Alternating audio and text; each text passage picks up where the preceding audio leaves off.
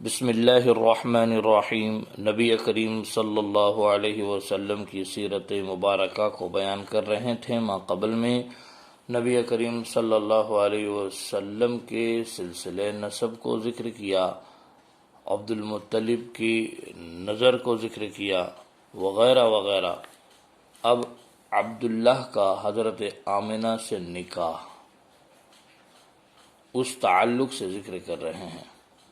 عبد المطلب جب عبداللہ کے فدیے سے فارغ ہوئے تو شادی کی فکر دامنگیر ہوئی۔ قبیلے بنی زہرہ جو شرافت نسبی میں ممتاز تھا،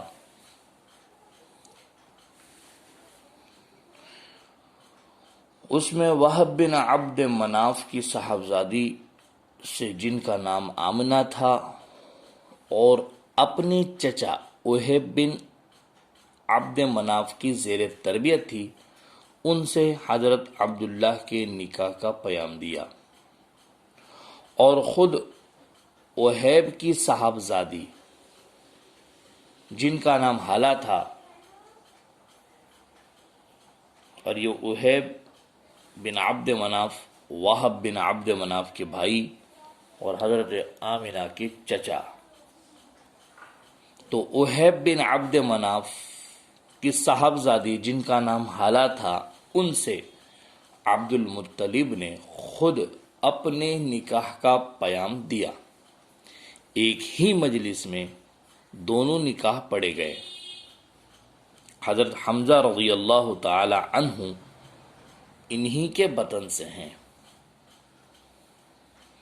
جو رشتے میں چچا بھی ہیں اور رضاعی بھائی بھی۔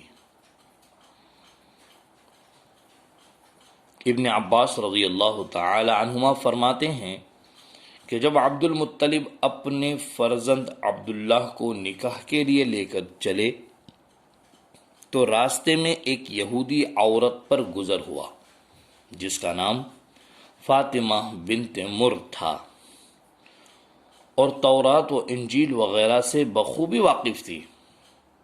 حضرت عبداللہ کے چہرے میں نور نبوت دیکھ کر اپنی طرف بلایا اور یہ کہا، میں تجھ کو 100 اونٹ نظر کروں گی۔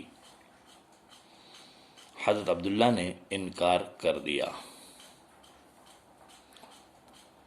حضرت عبداللہ جب حضرت آمنہ سے نکاح کر کے واپس ہوئے تو واپسی میں پھر اسی عورت پر گزر ہوا، تو اس نے دریافت کیا کہ اے عبداللہ، تم یہاں سے جانے کے بعد کہاں رہیں؟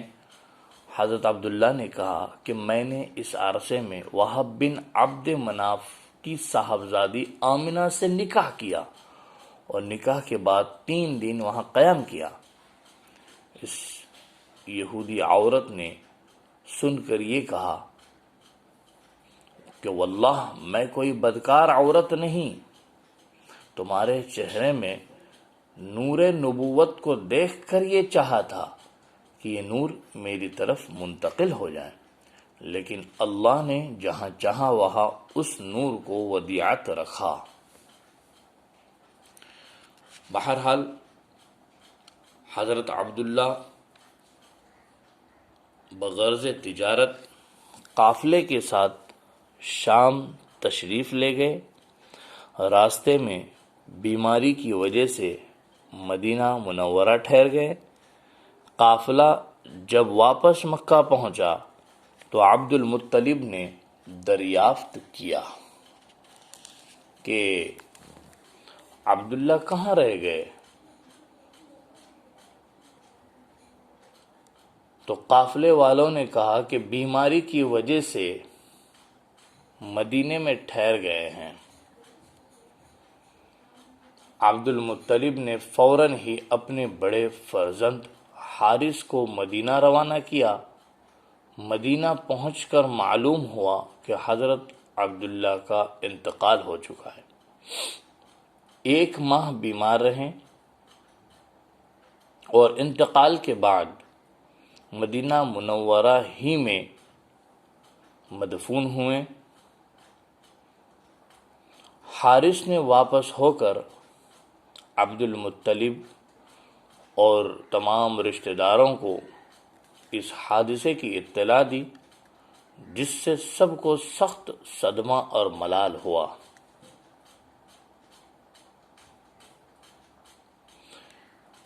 قیس ابن مخرمہ سے مروی ہیں کہ نبی کریم صلی اللہ علیہ وسلم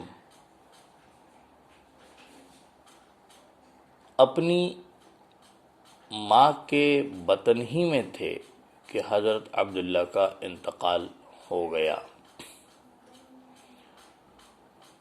وفات کے وقت حضرت عبداللہ کی عمر علی اختلاف الاقوال 30 یا 25 یا 28 یا 18 سال کی تھی۔